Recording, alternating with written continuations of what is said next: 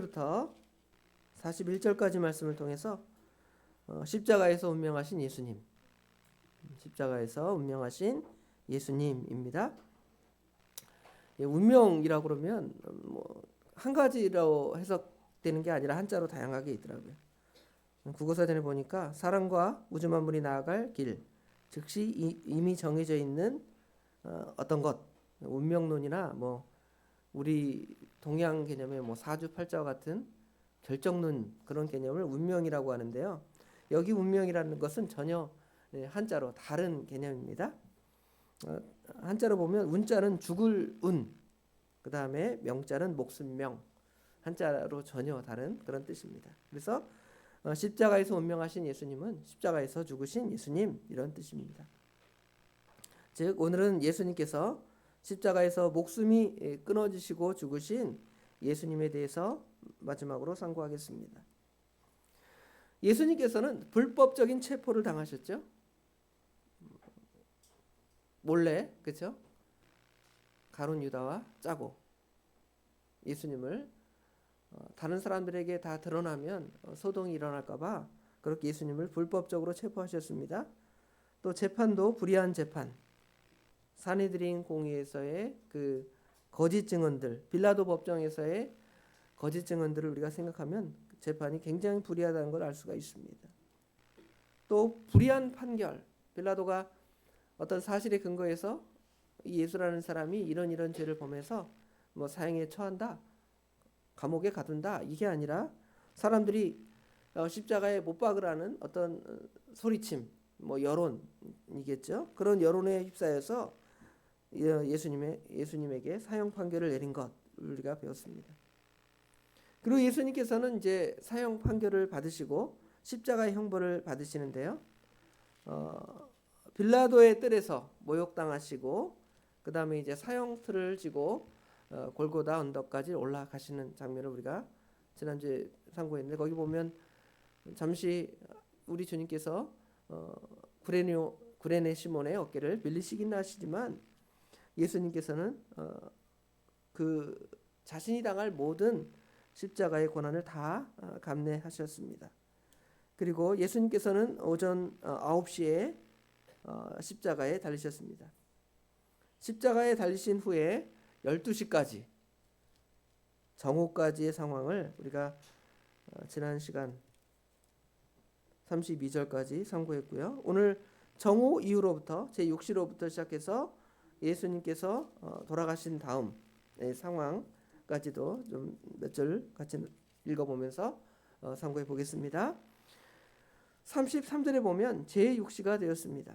제6시가 되매 온 땅에 어둠이 임하여 제9시까지 계속 가더니 그랬죠. 여기 6시는 히브리 시간으로는 우리에게 늘 플러스 6이니까요. 12시 정오쯤 됩니다. 12시부터의 상황입니다. 12시의 상황이 되었는데 12시의 상황이 되면 해가 어디에 떠 있어요? 중천에 떴잖아요. 해가 중천에 떴는데 잠만 자고 있느냐 이러잖아요. 그렇죠? 해가 중천에 떠 있습니다. 가장 밝은 빛을 보고 오후 2시까지는 가장 뜨거운 태양의 빛을 우리 인간들이 다 이렇게 맞는 그러한 시간입니다. 그런데 그 시간에 갑자기 온 땅에 어둠이 임하기 시작하였습니다. 어떤 측면에서 보면 자연적인 현상으로 이것들이 나타났지만 또 동시에는 이것이 초자연적인 현상임을 또 생각해 볼 수가 있습니다. 왜냐하면 하나님께서 낮에도 어둠을 일으키실 수 있죠. 예를 든다면 일식 같은 거라든지 아니면 비가 많이 올 때 보면 그 구름이 너무 진하게 들여져서 해가 하나도 안 보이고 저녁처럼 깜깜할 때처럼 보일 수도 있죠. 이런 자연적 현상처럼 보이지만 사실은 그러지 않습니다. 왜냐하면 예를 들어 일식이다 그러면 잠시 지나가지고 3시간 동안 일식 그런 경우는 거의 없다고 생각을 하고요. 만약에 진짜 구름이 정말 빽빽하게 껴서 깜깜한 어둠이라면 뭐가 와야 돼요? 비가 엄청나게 와야 되겠죠. 그런데 여기는 비가 왔다는 표현도 없고 일식 월식처럼의 현상이 아니니까 이건 분명히 하나님께서 초자연적인 역사로 주님의 그 죽으심을 모든 사람들에게 공적으로 드러내는 표현이라 할 수 있습니다. 우리가 잘 아는 대로 요한복음 1장에는 참빛으로 오신 예수님, 영적인 빛이 되시는 그 예수님이신데, 예수님의 죽으심은 어둠, 그 빛이 물러가고 모든 사람에게 그 어둠이 임할 수밖에 없는, 예수님이 없으면 모든 인류가 하나님의 그 어두움 심판 아래에 있음을 상징적으로 이렇게 어떻게 보면 드러내 보여주는 것이죠. 예수님이 살아 계실 때에는 모든 사람에게 생명과 은혜를 나누어 주지만, 예수님에게 끊어지고 하나님에게 끊어지면 모든 인류가 이렇게 심판을 당할 수밖에 없다라는 것을 우리에게 보여주고 있습니다. 그리고 이제 34절에는 예수님께서 외치신 가상 7언이라고 하죠. 마가복음에는 예수님의 그 가상 7언이 딱 하나 등장을 합니다. 다른 표현은 전혀 없고, 오늘 여기 34절에 제9시에 예수께서 크게 소리 지르시니 엘리 엘리 라마 사박다니 하시니 그랬죠. 엘리 엘리 라마 사박다니를 외치신 가상 7언 중 가운데 네 번째에 해당되더라고요. 7언 중에 네 번째에 해당되는 그 표현 하나가 등장을 합니다. 이는 시편 22편의 말씀을 우리 주님께서 인용하셔서 십자가에서 외치신 외침인데요. 그 뜻은 여기 해석대로 나의 하나님, 나의 하나님, 어찌하여 나를 버리셨나이까, 이런 뜻입니다.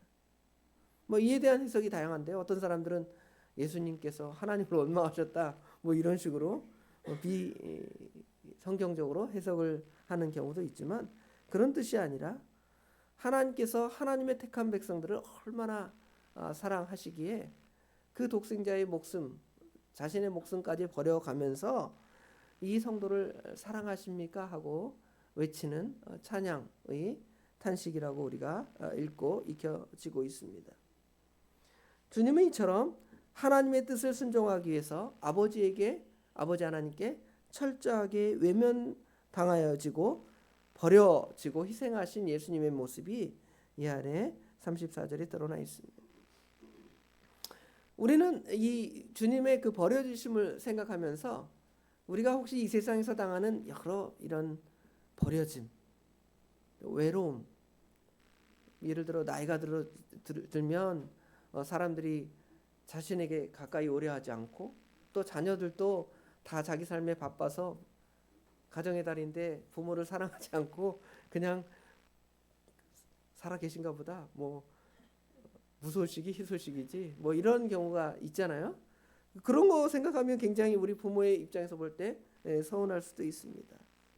사랑받지 못하고 알아주지 않고 왕따 당하고 외면당하고 그러면 우리 마음속에 얼마나 불평과 원망이 가득 찬지 모르겠습니다. 그런데 우리 주님이 당하신 것을 생각하는 거예요. 우리 주님이 당하신 거, 우리를 사랑하셔서 아버지 하나님과 관계가 끊어지고 아버지 하나님께서 철저하게 외면하신 거. 여러분, 누구에게 외면당하고 누구에게 버려진다는 것이 가장 큰 슬픔이냐면 하나님께 그런 것이 가장 큰 슬픔이에요. 이 세상에서 모든 복을 다 누리고 모든 사람에게 사랑받고 존경받고 했는데 마지막 날에 하나님의 심판대에서 너는 심판이다, 지옥에 가라, 이런 하나님의 외면이 있다면 그 사람만큼 불쌍한 사람이 없을 거예요. 그렇죠? 그런데 그 세상에서 모든 서러움, 외로움, 버려짐, 외톨이 같은 거, 왕따 이런 거 당한다 할지라도 우리 하나님께서 너는 내 것이다, 내가 사랑한다, 내가 너를 기뻐한다, 내가 너를 좋아한다, 내가 너를 위해서 나의 가장 사랑하는 독생자를 너에게 주지 아니하였느냐 하는 그 말씀이 여러분의 마음 가운데 훅 하고 들어온다고 생각해 보세요. 그거 다 물러갈 거예요. 그런데 여전히 내 마음에 그런 불편이 있다면 그 예수님께서 우리를 사랑하시고 아버지 하나님께서 우리를 사랑하신 그 진정한 사랑을 우리가 어떻게 하는 거예요? 아직도 명확히 깨닫지 못하는 거예요. 그래서 그 사랑이 우리 가운데 온전하지 않으니까 다른 사람들에게 자꾸 뭐 하는 거예요? 애정을 구걸하고 사랑을 구걸하는 거예요. 애정 결핍이 되는 거예요. 애정 결핍이 아니라 누구에게 진정한 사랑을 받는 거예요? 우리는 아버지 하나님으로부터 진정한 사랑을 받는 거예요. 우리 하나님의 사랑을 우리가 안다면 여러분 다 위로받을 수가 있어요. 그렇죠? 얼마나 감사합니까? 이걸 생각하는 것입니다. 이런 외침에 35절에 보면 어떤 사람들이 예수님이 엘리야를 부른다 하고 조롱을 합니다. 그래서 한 사람은 그 해면 스펀지에다가 신포도를 적셔서 갈대에 깨서 예수님에게 이렇게 마시게 합니다. 또 옆에 있던 어떤 사람은 예수님을 조롱해서 말하기를 가만두라, 엘리야가 와서 그를 내려주나 보자 하고 예수님을 조롱하고 있습니다.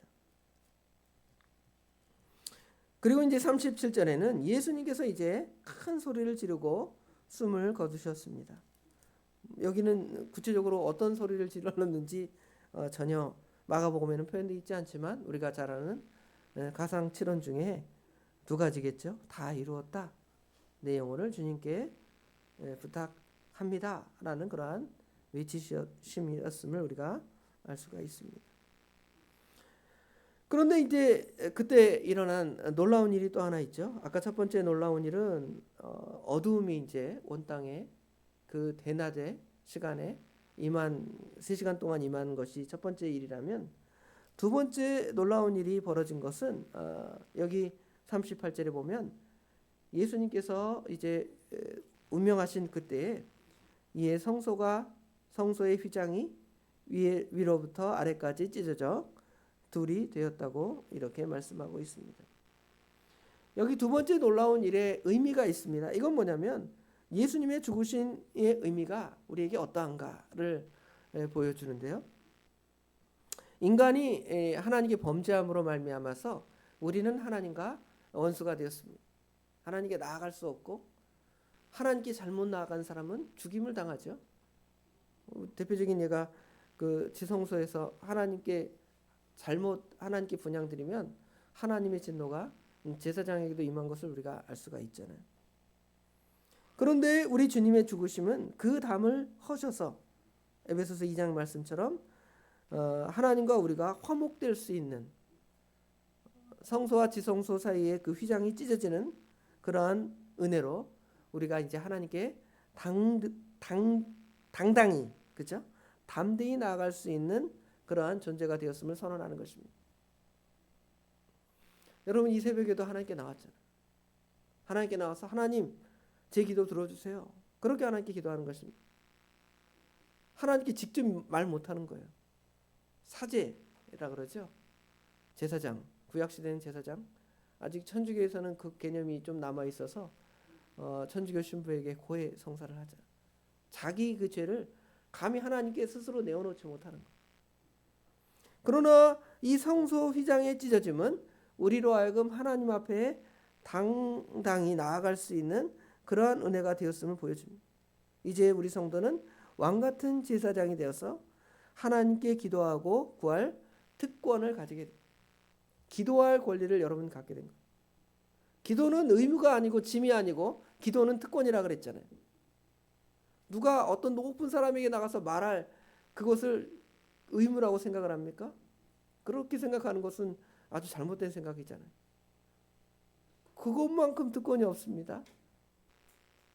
그런 특권을 우리에게 허락하셨는데 그것이 무엇을 통하여 이루어지냐면 예수님의 죽으심을 통하여 성소의 휘장이 찢어지고 우리는 우리 하나님께 당당히 나아갈 수 있습니다.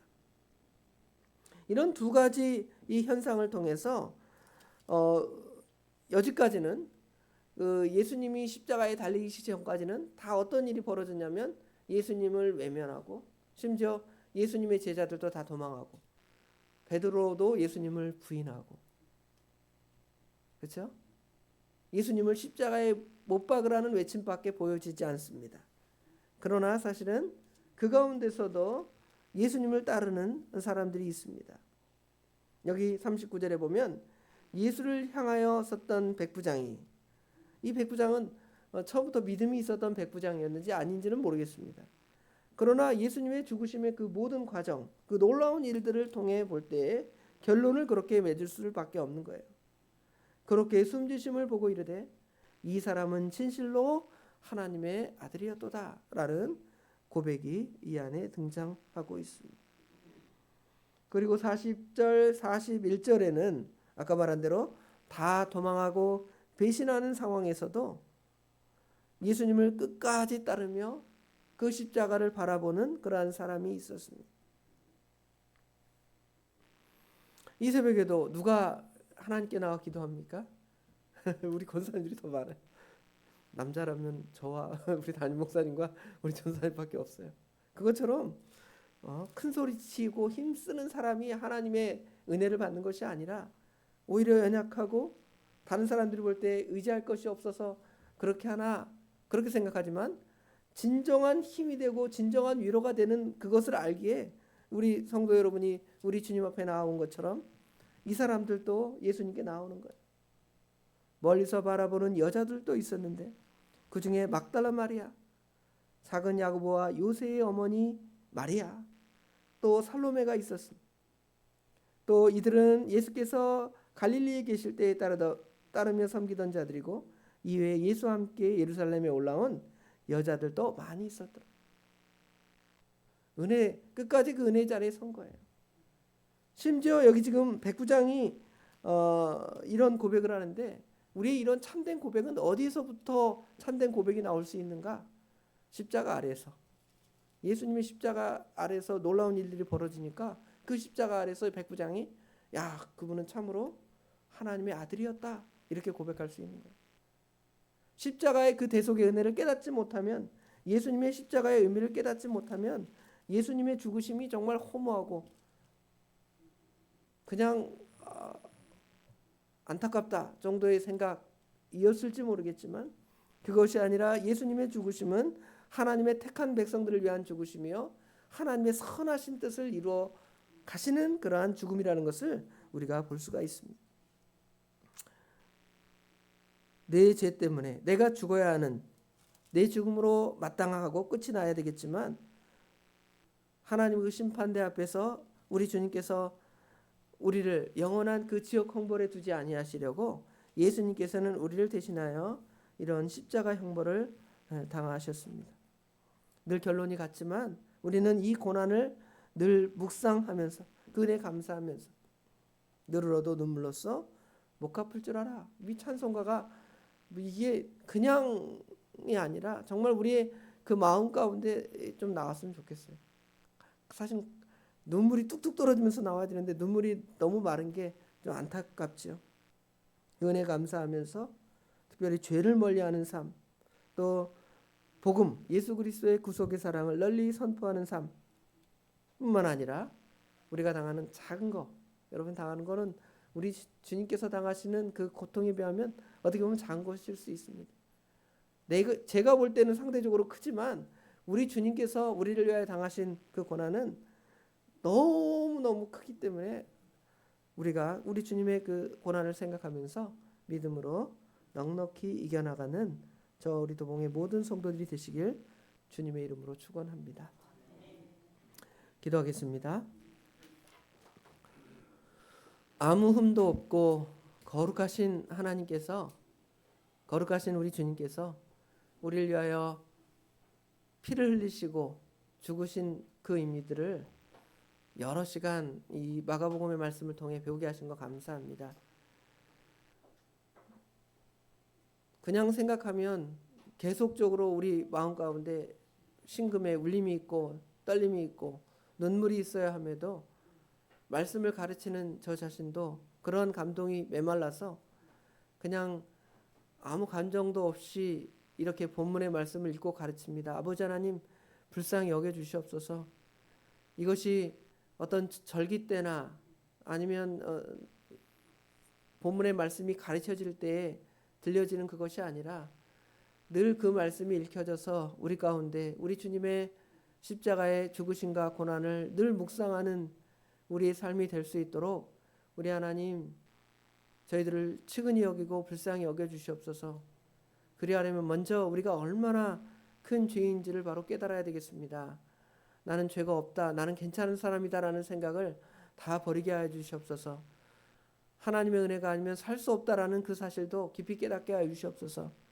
그러나 그 심판을 우리 주님께서 대신 당하신 그 하나님의 그 기쁘신 사랑을 또 깨닫고 또 깨닫게 하여 주시옵소서. 그래서 아버지 하나님, 이런 주님의 고난을 생각할 때마다 우리의 마음이, 우리의 심정이 하나님께로 돌아가고 하나님께 향하고 또 죄를 얼마나 멀리하고 하나님의 사랑이 얼마나 큰지를 우리 입에서 늘 말하고 전하고 가르치며 감사하며 아버지 하나님, 그러한 삶이 될 수 있도록 우리 하나님 도와주시옵소서. 그러면서도 아버지 하나님, 우리가 당하는 여러 인생의 환난들이 있습니다. 몸의 아픔이나 경제적인 어려움이나 정신적인 어떤 힘듦이나 이런 것들이 있을 때에 아버지 하나님, 우리 주님이 당하신 것 생각하면서 넉넉히 이겨나갈 수 있도록 도와주시옵소서. 그러라고 우리 주님께서 아버지 하나님 그런 고난 당하신 줄을 깨닫고 아버지 하나님 힘을 주시고 능력을 주시사 이기고 또 이기도록 우리 하나님 도와주시옵소서. 오늘도 그런 삶을 살기를 원합니다. 우리 하나님 친히 함께하여 주시옵소서. 하나님께서 우리 도봉교회 사랑하셔서 성전을 수리하게 하시고 이제 한 달도 남지 않은 기간입니다. 마무리 잘 할 수 있도록 도와주시되 아버지 하나님 사건 사고 어려움 없도록 도와주시고 대적자 없도록 도와주시고 우리 성도들 이 과정을 통하여 아버지 하나님 성전 수리의 기쁨의 맛을 아버지 하나님 다 누릴 수 있도록 우리 하나님 친히 역사해 주시옵소서. 오늘 하루 주님께 온전히 맡깁니다. 모든 것 우리 주님께서 친히 선하게 역사해 주실 줄 믿사오며 예수님의 이름으로 간절히 기도드리옵나이다. 아멘.